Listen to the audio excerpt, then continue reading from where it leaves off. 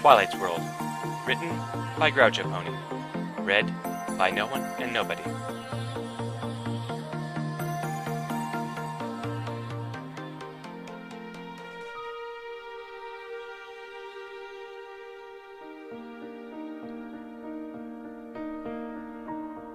Chapter 18. Surprises.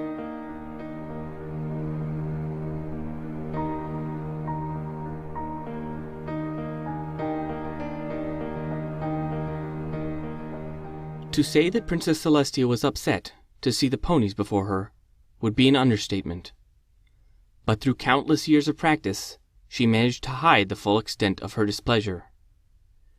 She did, however, let enough of it to show through to allow the ponies arrayed before her to be aware she was displeased. Several of them gulped nervously while trying to wet their lips from sudden dry mouths. Just moments before, Princess Celestia recalled she had arrived in her carriage along with a troop of her guards. Riding with her in the carriage was Spike and one Penny Dream, the de facto expert on, and former proprietress of, Enchanted Books. Celestia's mood had been cautiously optimistic as she looked forward to achieving Twilight's return. However, the moment she had landed, one of her guards, a Sergeant Sweetrock, had come running up to her, bringing with him some unpleasant news. Early that morning, 5 ponies had been caught trespassing inside the Golden Oaks Library. They were currently being detained just outside the library, awaiting her attention. Shocked at first, Celestia's thoughts had briefly spun out of control, imagining the worst, that the sole remaining clues as to Twilight's disappearance and possible whereabouts had been destroyed by the careless hooves of some random nadals. But the truth she witnessed when her guards marched the trespassers out before her was even more heartbreaking. Wearing an intense neutral expression that was calculated to make others uneasy, Celestia slowly paced back and forth in front of the ponies that stood before her. Bracketing the prisoners were 4 of her royal guards, and even they began to display signs of nervousness from her unusual pacing. "Time to finish this," she thought, feeling sick to her stomach. Wheeling about suddenly, Celestia confronted those who had deliberately disobeyed her orders and put everything about Twilight's recovery in jeopardy. From the vantage of her greater stature, Celestia looked down upon the assembled elements of supposed harmony. Fluttershy, at the end of the line off to Celestia's right, gave a shriek and dropped to the ground, quaking violently. The sight of Fluttershy's huddled terror caused Celestia's own kind heart to skip a beat. As she stood there for a moment, observing the yellow Pegasus, her neutral expression shifted to one of sorrow. Perhaps curious as to the sudden quiet, Fluttershy, who had been hiding behind her mane and hooves, chose that moment to cautiously lift a hoof and peek out, only to catch sight of the Solar Princess looking directly at her. Instantly, her hoof came back down again, and she convulsed with another "Heep." Pinky, who happened to be standing directly in front of Celestia, in the middle of the line, was not at all intimidated. She giggled and beamed a broad smile. "Hiya, Princess Celestia! It's great to see you!" For her part, Celestia was equally resistant to the distraction of a bright, cheery greeting. She did, however, focus more of her attention back on the pink mare. "Aw, are you upset because you missed our sleepover?" Pinky, of course, was totally missing the point of their current encounter. "Don't be sad, Princess," Pinky continued. "We'll be sure to invite you to our next sleepover. We simply didn't think to ask if you wanted to join us. You being way up there in Canterlot and all." Pinky swept a flamboyant hoof off towards the direction of Canterlot. Out of the corner of her eye, Celestia was able to witness Rainbow Dash giving herself an emergency face-hoof, the action accompanied by a soft smacking noise. Applejack, situated on Pinky's other side, merely reached up a hoof to pull her hat down lower over her face, murmuring a soft, "Oh, Nellie." "Cheer up, Princess," Pinky continued. We'll be sure to invite you to our next one. Pinkie was now bouncing up and down with excitement. Rainbow Dash, always ready to take direct physical intervention, suddenly grabbed Pinkie in mid-bounce and held a hoof over her mouth, speaking softly into Pinkie's ear, but loud enough for all to hear. Rainbow wheezed out through clenched teeth. Not helping, Pinkie. Perhaps Pinkie's erratic behavior had served some purpose after all. Her little byplay with Rainbow, as well as Fluttershy's terror, moved Celestia's heart a tiny bit away from the black despair which had gripped it. Celestia took a step back to reconsider the ponies before her. These were the elements, the ponies which had stood as true friends with Twilight through all her adventures. Together they had faced down incredible danger and adversities, and they stood there still. To believe that these friends would put Twilight at risk would be the same as losing hope in Twilight's return. They were connected to Twilight through the elements of harmony, and whatever actions they took might well have been guided by that same harmony. Celestia's attention was brought back to the group as Rarity suddenly cleared her throat. If it pleases your Royal Highness, perhaps I should explain. Celestia responded by calmly moving to place herself directly in front of Rarity. Celestia was impressed at how Rarity held her head and ears up, projecting both poise and dignity, even though her hind legs did quiver slightly. Feeling much calmer now, Celestia cocked both of her ears forward towards Rarity. If you would be so kind, Rarity, I'm listening. The sound of her even-tempered voice seemed to encourage the fashionista, and caused Applejack, standing between Pinkie and Rarity, to push her hat back up again. Even Fluttershy, Celestia observed, had managed to uncover one of her eyes and peek out again. We ever so humbly ask your forgiveness, Princess, for disobeying your orders to stay away from the library. But we did what we felt was absolutely necessary. We did it for Twilight's sake. And however great your punishment might be, we knew that we could never live with ourselves if we didn't investigate the matter which Owlicious found. Owlicious? Celestia blinked, trying to recall where she had heard that name before.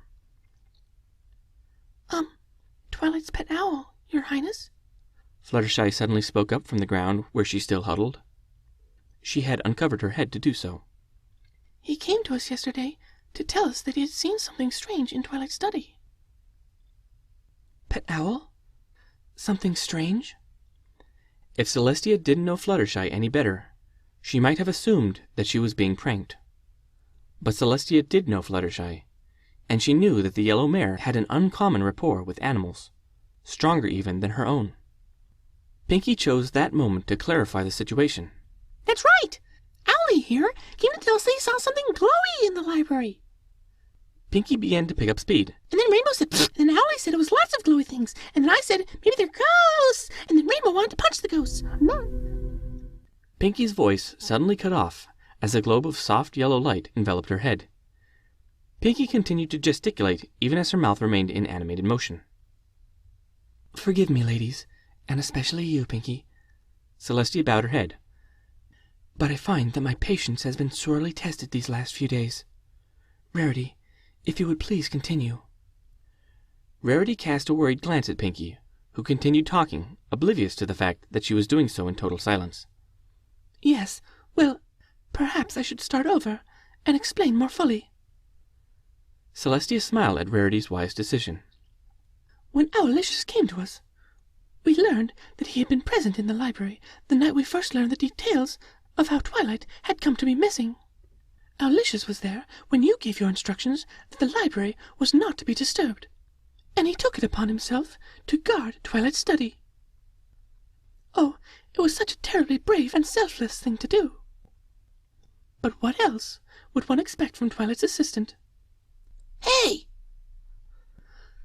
Spike called out angrily from where he stood near the carriage. His expression, from what Celestia could see, fairly radiated jealousy. I'm sorry, Spike, amended Rarity. I meant to say Twilight's number 2 assistant. That's not what... Spike squelched his voice in mid-utterance, as he suddenly caught a look from Celestia. Though her mood had improved somewhat, it had worsened again with having to silence Pinky. And at the moment she did not appreciate another party, even Spike, hijacking the conversation. Rarity continued. Owlicious stood watch over Twilight's study all night long, and it was a good thing that he did. He discovered that there were a number of faintly glowing objects on the floor of the study. Fortunately, Owlicious knew that this was something out of the ordinary. So, the following day, yesterday in fact, he came to tell us about the glowing objects. He told us that there were quite a few of them, and that they would sometimes glow brighter or get darker, but they did not all do so at the same time. Celestia frowned as she considered the news. Could it be some form of residual magic? Those can be dangerous. Rarity continued. And that is why I decided to spend the night in the library, Princess. Owlicious's report needed to be independently verified, and if possible, this needed to be done without delay. Who knows what might happen to Twilight, or this clue, if we were forced to wait another full day just to verify it.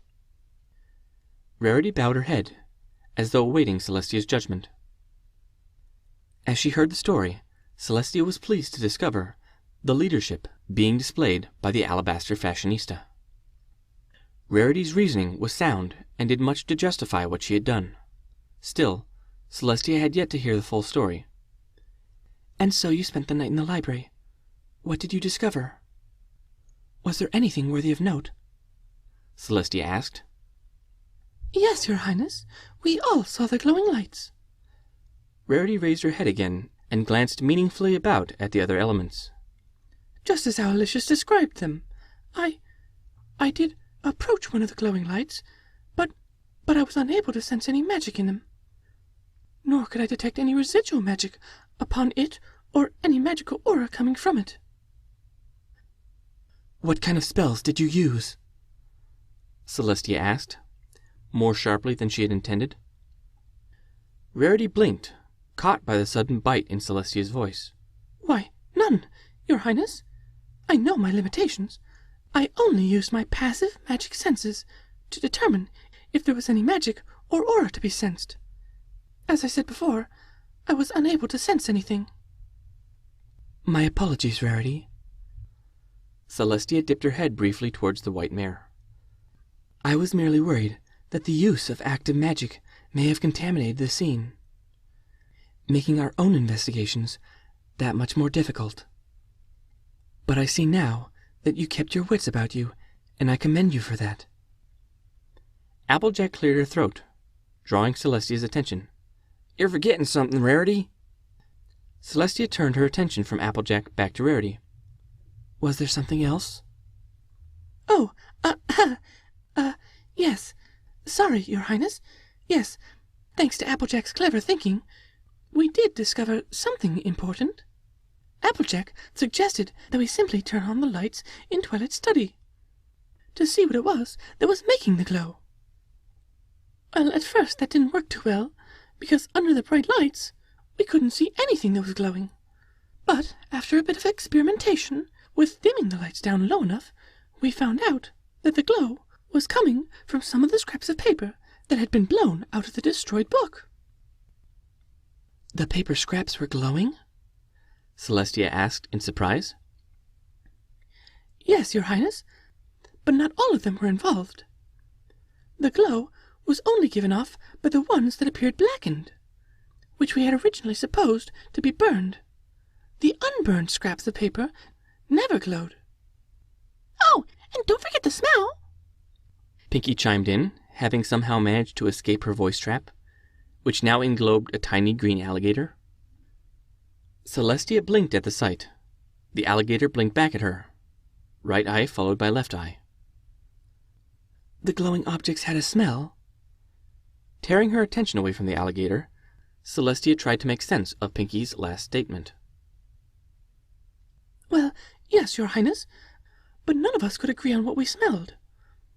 The only thing I could make out was the smell of dirt. Rarity wrinkled her snout in disgust. I smelled rocks! Exclaimed Pinky. A very nice pink nice! Applejack spoke next. I don't know about any rocks, Princess, but I'm sure I smelled trees. Maple and poplar and beech mostly, but other kinds too. You're all wrong, declared Rainbow. That glowy paper thing smelled like snow. And by that, I mean it smelled like snowy weather. When Fluttershy whined and scuttled back several paces, it became obvious to Celestia that the mare had been too frightened to attempt getting close to any of the glowing objects.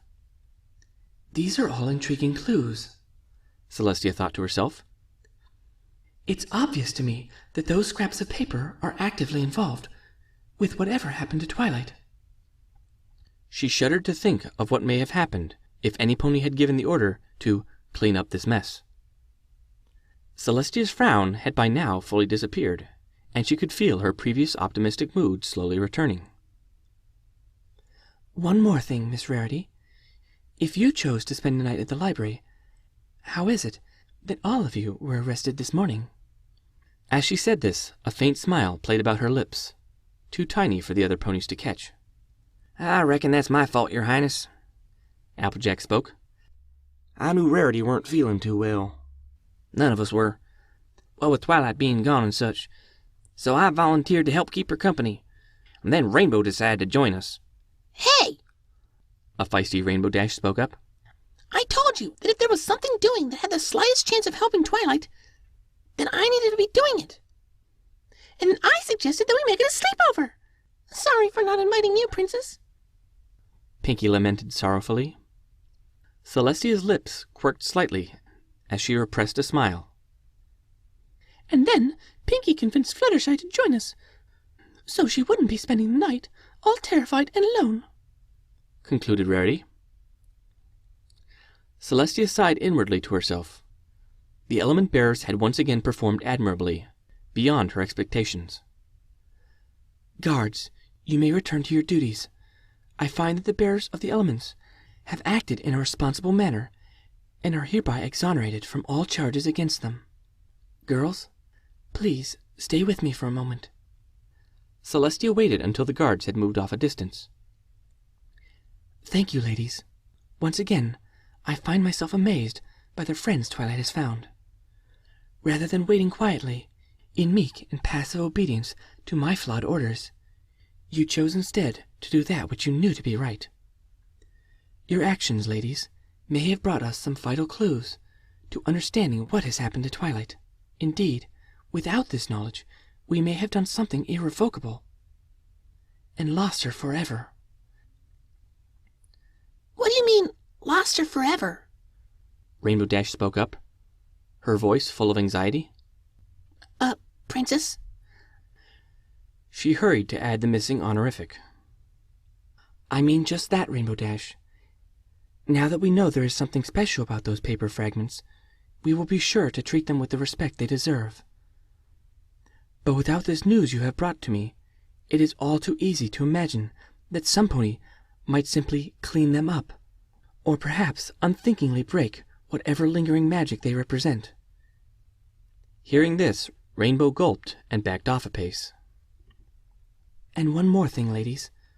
I would like to apologize for my unseemly display of anger earlier. I find I have been out of sorts these last few days. Surprisingly, it was Pinky that responded. We understand, Princess. We've all been hurting really bad since Twilight got lost. Rarity's lost her inspiration, Fluttershy can't sleep and has been getting cranky with her animals, Rainbow's wings have lost their magic and she can't fly, Applejack's forgotten how to buck apples, and I even lost my smile. So I think that Twilight getting lost has made you hurt really bad, Princess. Just like us. And that probably means that you've lost something too. Pinky brought a hoof up to her chin, posing for a moment in deep thought, before she chirped up brightly again. Maybe you lost the part of you that you need to keep yourself from getting angry. Surprisingly, all of the elements nodded and affirmed their agreement with Pinky's statement. Would you like a cupcake, Princess? It'll make you feel better. Pinky held up a cupcake before the princess. Celestia had to admit that it looked quite appetizing, with pink frosting and gold sprinkles set upon it in the pattern of her cutie mark. Thank you, but not right now, Pinky, Celestia was forced to answer in reply. As a princess, she could not allow herself to be seen eating casually in public. Celestia lowered her head down to Pinky's ear and whispered, but I would love to try that later. Perhaps you could put it into a box so I can take it home with me. Pinky gave her a wide grin. Sure thing, Princess. Celestia turned her head away from the elements. As valuable as this session had been, she could feel the time she had lost for the investigation. It was time to get started. Celestia stood in the doorway of Twilight's study. Except for the presence of Penny Dream in the room, the study appeared exactly as the last time she had seen it. Your Highness. Penny Dream interrupted her thoughts. Realizing what was needed, Celestia immediately dampened her thaumic signature. Never mind, Penny Dream concluded. Penny Dream must have been a striking mare in her day. Her copper-red coat was surely the inspiration for the Penny part of her name, while her poofy, bright white mane, nearly a match for Pinky's, could make the clouds envious. Her cutie mark, which was 2 copper bits within a white cloud, only served to complement her name. Now past her prime, it was easy to see why Penny Dream had sold her business and sought retirement. Though Penny Dream's white mane was mostly immune from the ravages of time, the rest of her was not. Her face had begun to show some wrinkles, and her muzzle held a frosting of gray and a little of that bulbosity which was common to the elderly. Her legs also no longer held the sleek lines of youth, but had begun to entertain a few wrinkles about certain joints. Standing near the entrance, a mere 3 paces into the room, Penny Dream opened her spellbook, which was actually her old lab journal, giving it a moment's review. Closing her book, she began to cast her magic. Celestia fought back an urge to instruct the mare on how to perform her tasks. They had already discussed how the investigation should proceed, and Penny Dream had assured her that no disruptive or destructive magics would be involved. Well, her mind seems as capable as ever, observed Celestia as she sensed Penny form a surprisingly intricate and delicate spell matrix. At first, she thought it was Oakmare's standard spell, used for enhancing residual thaumic energies, but quickly revised her opinion as the room was illuminated by the faint glow of phosphorescing thaumic residues. I'm sure that's Coldlight's last spell. I certainly wasn't expecting Miss Dream to know forensics. How is it that you know Coldlight's residual refulgence? Celestia asked. That's a rather special forensic spell, known only to the guard and senior mages at the School for Gifted Unicorns. They use it for investigating very faint thaumaturgic residues whenever there is evidence of a magical disturbance. Penny Dream paused from her examination of the magical residue and turned toward Celestia. Is that what she called it? I wouldn't know about the guard or the spells they use, Your Highness, but Coldlight and I were close friends. We grew up together as fillies in Trottingham and kept in touch. Penny Dream sighed and bowed her head. I still miss her.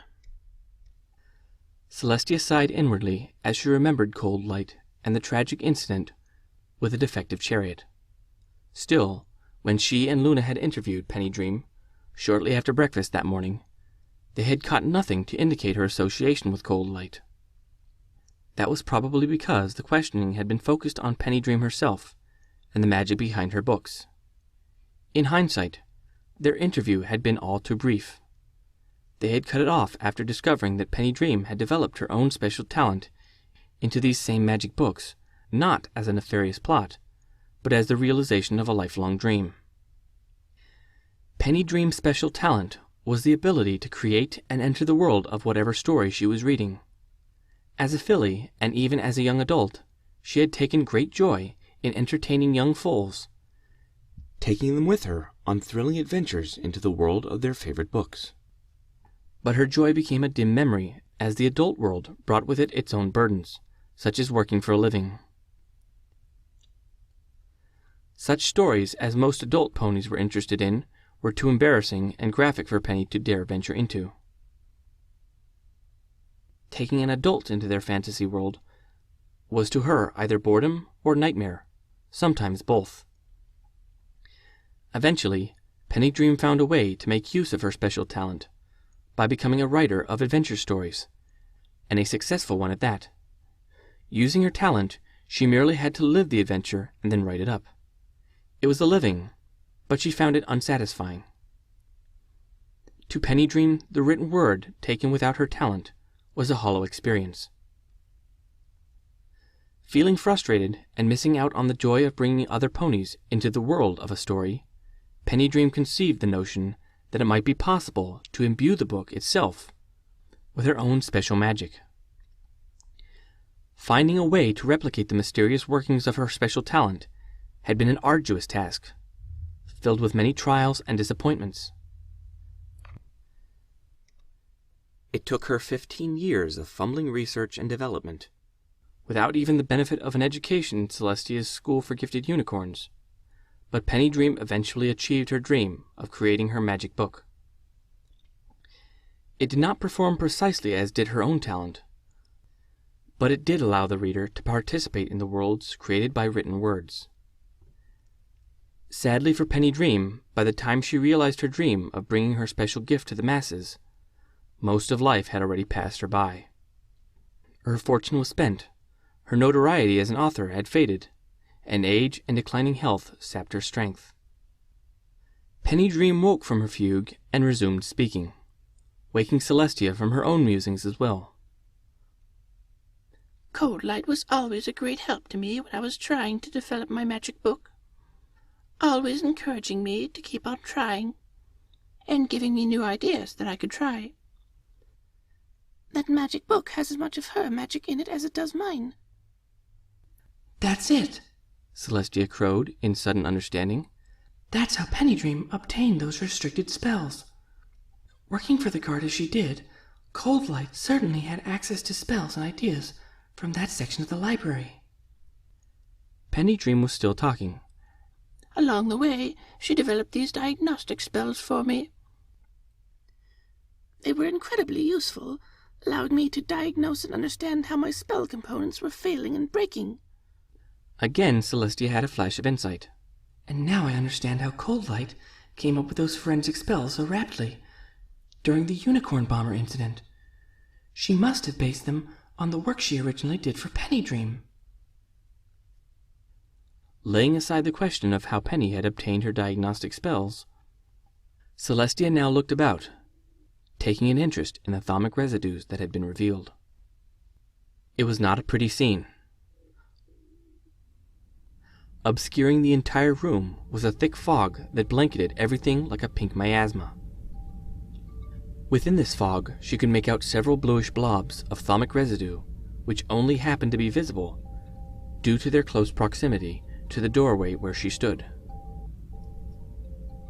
Does this mess mean anything to you? Celestia asked calmly. It's a disaster. I can tell you that much, Your Highness. Penny spoke cautiously. Celestia had feared as much. In all the years I spent developing my book, Penny Dream observed, I've witnessed countless failures of the reality builder. Events where it literally tore itself apart, spewing cascades of magic residue everywhere. But I have never seen anything nearly as bad as this. Penny's words were like a sword driven through Celestia's heart. It was the pain of all the fears she had for Twilight, descending upon her all at once, clawing away at her hope. Please, can you do anything to resolve this present mess? Celestia was amazed to hear herself speaking calmly and rationally. Could you at least do something about this fog? Penny seemed to start, as if realizing something. Why, yes, Your Highness. That was just the inclusive display. I'm actually illuminating 4 different magical residues at the moment. Penny Dream's horn flashed briefly, modifying the spell matrix she had constructed for the forensic spell. Vanished now was the rose fog. Now Celestia could see numerous blobs of thaumic residue, exhibiting a blue color, floating about the room. Celestia, of course, knew a great deal about magic, and could see that these blobs of residue magic told their own story. Normally, the thaumic residue, which originated from the destruction of a spell, would bear a faint attraction to the other remnants of the same spell. One could expect, considering the time which had already passed, that these blobs of spent magic would have begun to coalesce. Your Highness, Penny called out. what we are seeing now are the energies that comprise the reality builder. If I could direct your attention to the book. Yes, I see, Celestia replied. A good fragment of that spell's thaumic residue should have remained in the book. She stopped there, not willing to voice her own conclusions. Celestia had found over the years that ponies would willingly discard their own theories in favor of her own, sheerly on account of the weight of her prestige and title. By not giving any conclusions or theories of her own, Celestia effectively forced Penny Dream to speak her own. Well, Your Highness, Penny Dream resumed her explanation after a lengthy pause. this tells me that the reality builder came totally unraveled, and I mean totally. Normally, there should be a significant amount of residual magic clinging to the book. The builder doesn't contain a great deal of thaumic energy, and so it can't exceed a certain level of dispersal. But as you can see, there is virtually nothing left of it. The disruption it experienced was severe enough to cast away all of its energies. Celestia nodded. Penny's explanation felt in line with her own thinking. Only once have I seen such complete destruction occur, and that was during one experiment where I injected a large quantity of thaumic energy into the reality builder. How did you manage to inject additional magic into the reality builder? Celestia asked, her curiosity piqued. She used Penny's terminology for what she suspected was actually a reality generator, a prohibited magic. Once the builder has been created and bound to the book, would it not become static and require no additional magic? Yes and no, Your Highness. The builder is bound to the content of the book. However, the book always starts out blank. The builder has an additional section of active magic which I added to its matrix. That active section is designed to receive and consume an external spell called the Libris, which I use to convey the literary content into the builder, the actual story, as it were.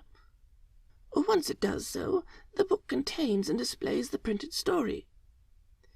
In that experiment I mentioned, I attached a fully charged thaumic accumulator to the Libris. The results were quite similar to what you see here.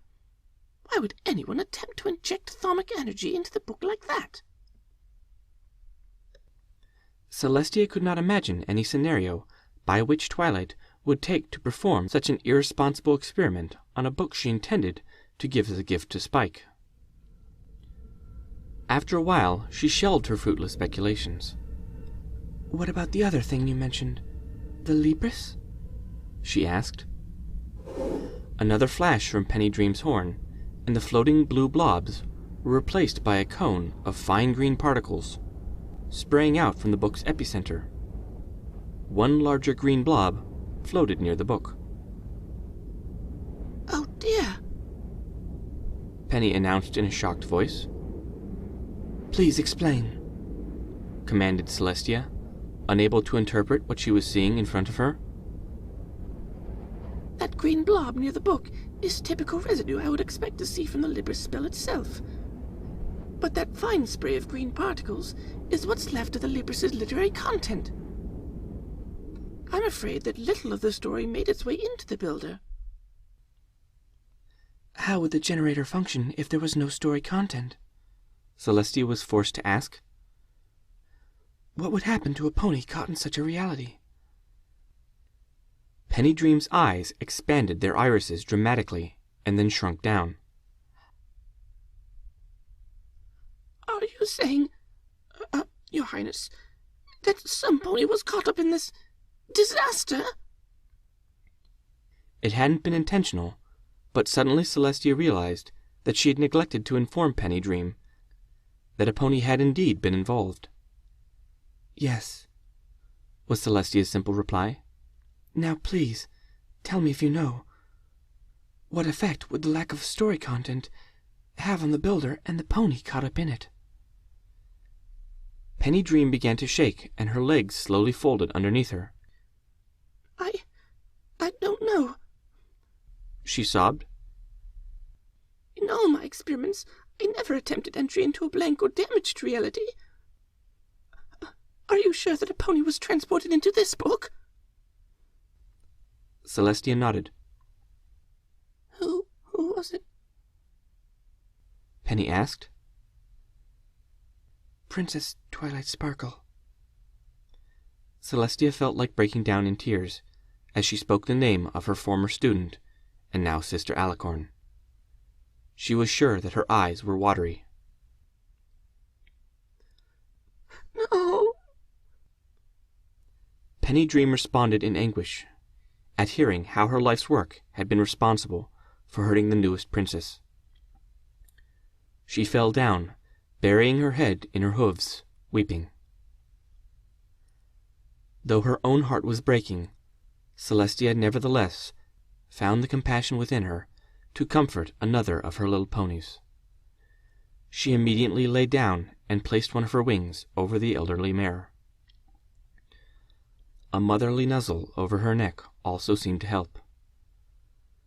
Soon Penny Dream's sobs came to an end. Thank you, Your Highness.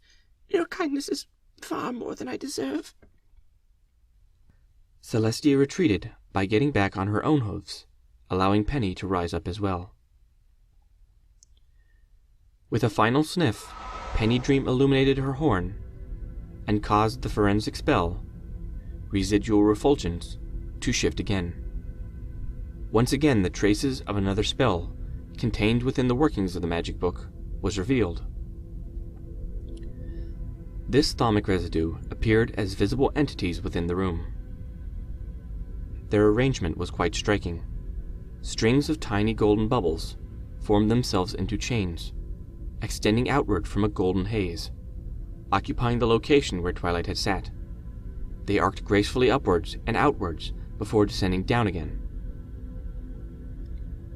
The paper scraps, Celestia observed with some excitement. Every hazy golden thread seemed to have its own unique terminus in one of the paper scraps the elements had mentioned. It was hard to tell without taking inventory, but it seemed to her as if every scrap of paper, both blackened and otherwise, was pointed out by its own golden thread of thaumic residue. Interestingly, the delicate wispy threads never touched the paper scraps.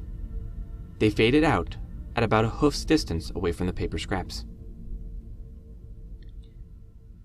Penny Dream had a stunned expression on her face. I'm sorry, Your Highness. I've never seen anything even remotely like this. what is it you expected to see? Celestia asked calmly. Inwardly, she felt a strange elation at possessing some secret and prior knowledge about the paper scraps littering the floor. Almost, she allowed herself to hope that this was the clue which would bring Twilight home. These are the residual energies associated with the transport engine. It converts the pony into etheric form and transports them into the reality prepared by the builder. I would have expected a solid chain of these residual bubbles, trailing from the book to the position where the princess was. Instead, we have this. Penny's voice trailed off in confusion. Thank you, Penny Dream, Celestia announced to the shocked mare. Your answer has been the first piece of good news I have heard since we began this investigation. How so, Your Highness? Asked the bewildered Penny Dream. Please, just call me Princess, or even Celestia, the Solar Diarch replied with a smile. You told me that your transport engine conveyed the pony in their etheric form. Alicorns are particularly resilient and immune to harm when in their etheric form. Even when the reality builder exploded, it was probably not enough to harm her. Truly, Your Highness? Questioned a hopeful Penny Dream, having immediately forgotten Celestia's request that she stop using that form of address. I have every confidence that it is so, affirmed Celestia with a smile. Further, if you consider the fact that these scraps of paper represent the remains of the book, then what we have here is evidence that Twilight was successfully transported into it. Yes, I see that now. Penny Dream exclaimed. She wore a happy smile for a moment, but then suddenly lost it. I'm so sorry, Princess. Penny declared sadly. Even if Princess Twilight is still alive, I have no way to reach her. A brief pulse of light from her horn changed the parameters for the residual refulgence spell once again, turning the room pink with a foggy miasma. Normally, a nexus should form within the book, an access point joining our reality with the book's reality. Penny Dream paused and took a deep breath. But this dispersed fog of magical residue tells me that there is no nexus. No joining point between the book's reality and our own. Penny Dream and Celestia spent another half-hour performing detailed magical scans on all items in the room, but nothing further leading to Twilight's fate was discovered. Celestia in particular had paid attention to the paper scraps, as they had been singled out by both the elements and Penny Dream's forensic spell. But there was nothing there that she could discover. No thaumic residue, no magical aura, nothing at all to her magical senses. Nothing, that is, except for the fact that she could not levitate them. Her curiosity had led her to attempt to levitate one of the blackened pieces of paper. It shocked her to her core to discover that she could not move it. At first puzzled, Celestia tried to levitate it with greater and greater amounts of her magic. Soon, fearing she might contaminate the scene, she was forced to abandon her efforts. Still not giving up, Celestia asked Penny Dream to levitate a blackened scrap of paper. The results were the same. After some thought, Celestia turned her attention to one of the unblackened pieces of paper. She felt vaguely disappointed to discover that it levitated upwards exactly as she had expected. Releasing it from her magic, it flipped once in the air and came down to rest, blackened side up. Quickly testing out a theory, Celestia confirmed that the same piece of paper she had lifted but seconds ago was now immune to her magic. At least this discovery showed that all the scraps of paper were the same. Some were just flipped the wrong way, or the right way, however one chose to think about it. Heavy was Celestia's heart when she finally exited the library. Penny Dream, too, was acting subdued. Their best efforts had failed to find any clue as to Twilight's present situation. Penny Dream was visibly saddened at the loss of Princess Twilight. Celestia's first order of business was to thank Penny Dream for her assistance and order her to wait in the royal chariot. She dreaded her next task, that of addressing the group of 5 ponies and 1 dragon that were eagerly awaiting for her to make some sort of happy announcement. I sure hope you got some good news, Princess, announced a smiling Applejack. Will Twilight be coming home today? Pinky shot off a question. Oh, I better get started on a welcome back, we're so glad you were rescued party. The eager, hopeful faces of Twilight's friends tore at Celestia's heart. It was too much. Too soon. Great tears formed in her eyes and tracked slowly down her muzzle, shocking the elements and even some of the guards who were close enough to see. I'm sorry, every pony. Celestia began her painful announcement. She could see every pony's expressions falling, their ears bending backwards as well. We were unable to discover anything about Twilight's whereabouts. A silent groan, not so much heard as it was felt, came from the assembled ponies. But despite that unhappy news, there are a few reasons to remain hopeful. First, I have good reason to believe that Twilight survived the initial experience of having the book explode. However rough that may have been for her, it should have caused her no lasting harm. All those assembled gave a sigh of relief. Well, that's something to be glad about, Applejack exclaimed, followed by sounds of assent from the rest of those assembled there. Excuse me, Princess, Fluttershy's timid voice called out. but you said there were a couple of reasons that we... Her voice faded suddenly into inaudible squeaks, as she noticed every pony had turned their attention to her. Thank you, Fluttershy. Yes, there is one more thing. I have investigated those paper scraps that you reported to me, and I believe they hold the only clue we have to getting Twilight back. What's so special about them? Your Highness? Demanded Rainbow Dash. They look just like burned pieces of paper. So why do they glow in the dark? Princess Celestia proceeded to relate to those assembled everything she had discovered about the scraps of paper blown out from the book. And even though they remain a mystery, I feel that those pieces of paper are perhaps our last and most valuable link to Twilight. But we have to find out what that is. I am so sorry to impose on you like this, but could I ask you girls to keep a watch over those scraps of paper at night?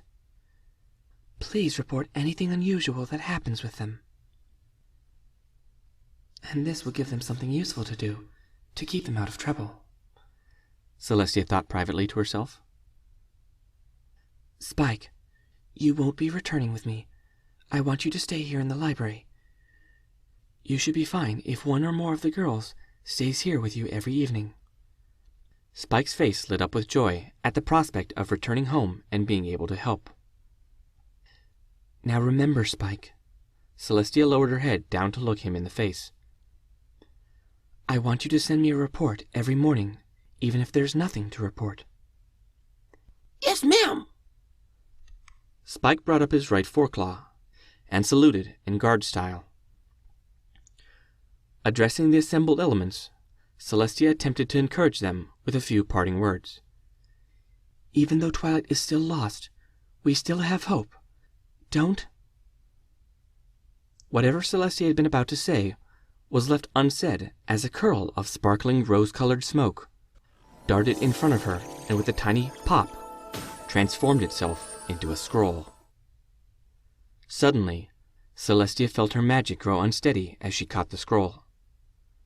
The smoke had been a rose color, and the feel of the magic within it was familiar, like... It's not possible. Could it be? Hope whispered within her mind. The elements, expecting to hear whatever encouragement the princess had been about to say to them, looked on with puzzlement as Celestia fumbled with the letter. Clumsily, she broke the seal bearing her mark and unrolled the letter.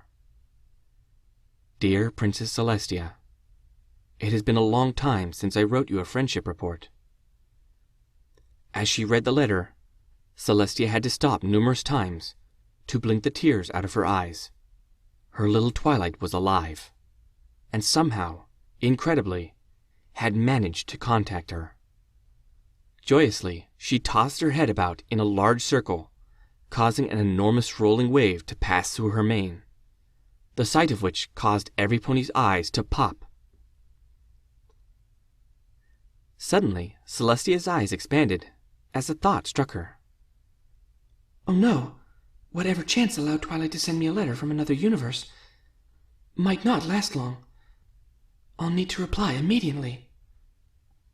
Quick as a thought, Celestia teleported scroll, quill, and ink out of her carriage and set to penning her reply. My dearest Twilight, please know that I have indeed received your letter. We have all been so incredibly worried for you. The news that you are doing well is a huge relief to me. and soon will be to your friends as well. I urge you to write again with more details about your adventure and this other universe you say you have fallen into. We will bend every resource we have towards finding you and bringing you home, hoping for your safe return. Princess Celestia.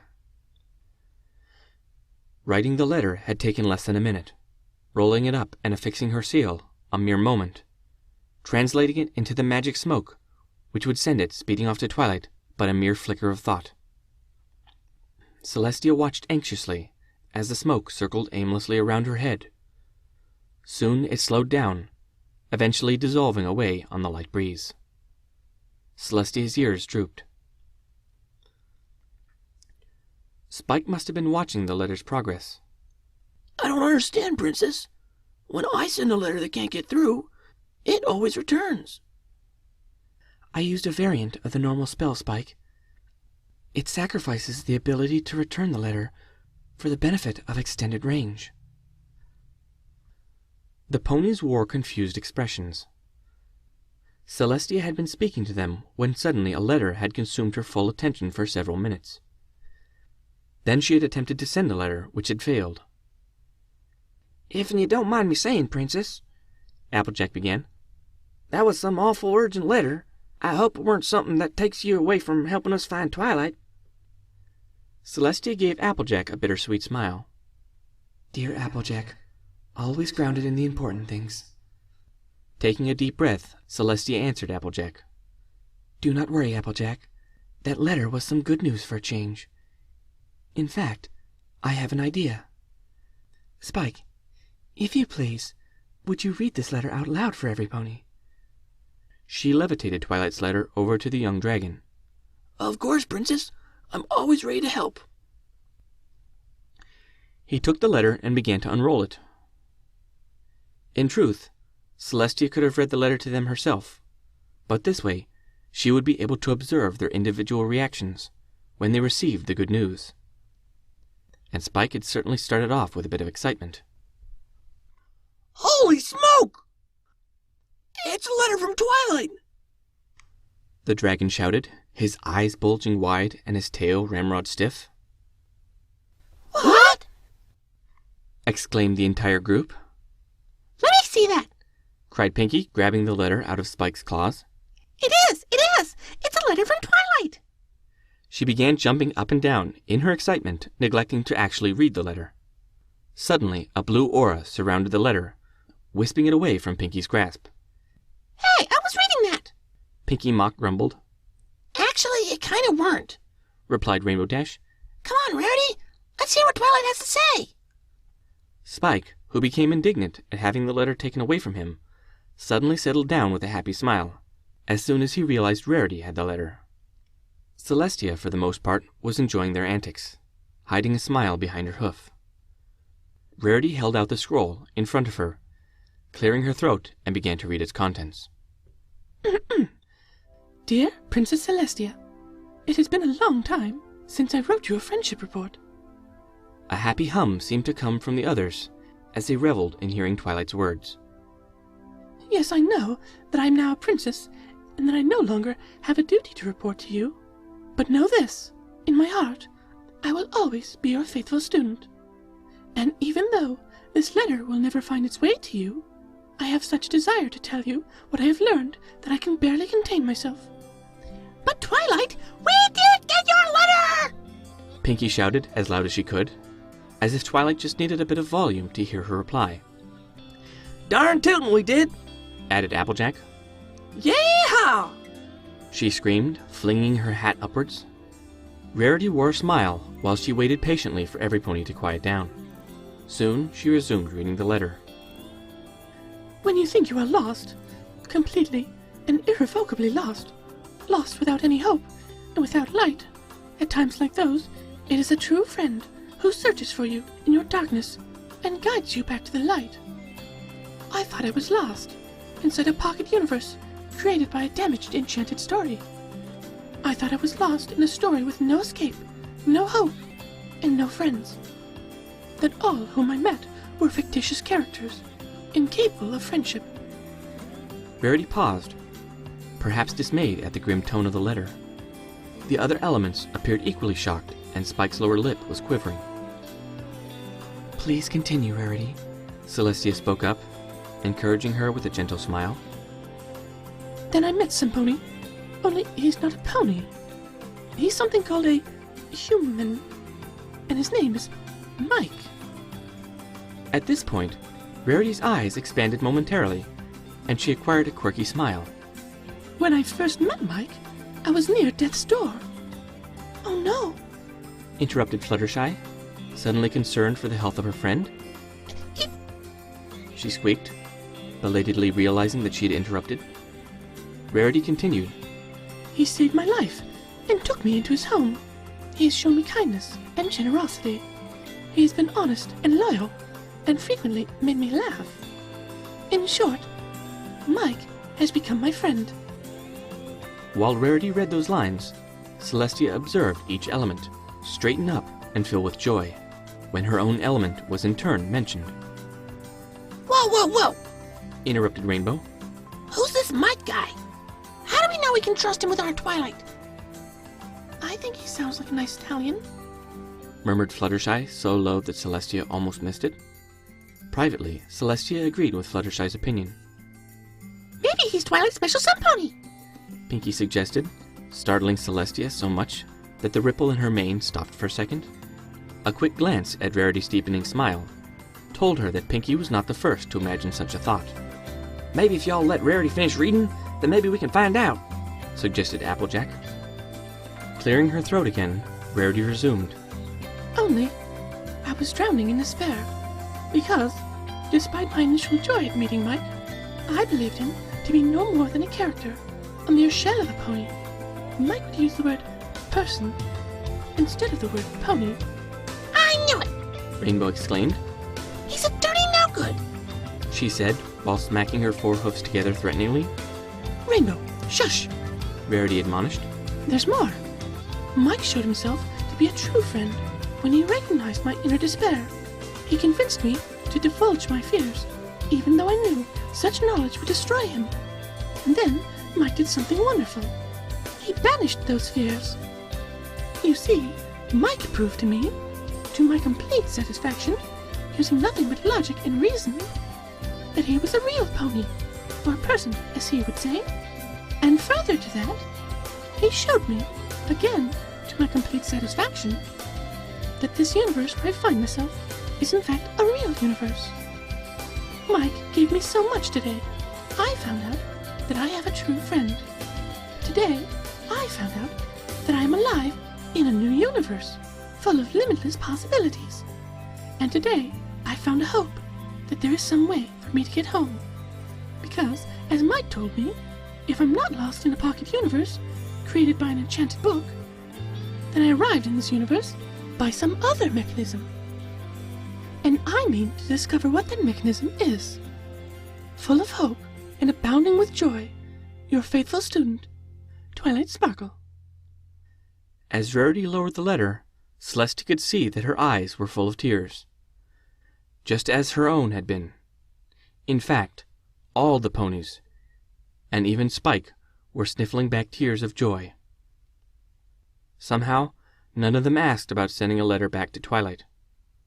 They must have realized that she had already tried and failed. Celestia took the letter away from Rarity. I'll be taking this with me. I need to bring it back to Luna as soon as possible. I'm sure that reading it will bring her as much happiness as it has brought to you. She has been just as upset at losing Twilight as any of us. Aww! Pinkie interjected. Do you have to go already, Princess? Don't you want to stay and have a Twilight that's alive and doing okay party with us? Thank you, Pinkie. But Luna would be very angry with me if I delayed any longer in bringing her this good news. Celestia lowered her mouth to Pinkie's ear and whispered conspiratorially, but loud enough for all to hear. But if it will make you feel any happier, I can tell you that I found that part of me that keeps me from getting angry. Goodbye, Bye, Princess. Princess! All the other elements offered as they watched her turn away. Celestia made her way to her chariot, her retinue of guards following behind. It was not until the chariot had lifted off, and she was well on her way back to Canterlot, that she discovered the pastry box stuffed with a dozen of Pinky's celestial cupcakes sitting on the seat beside her.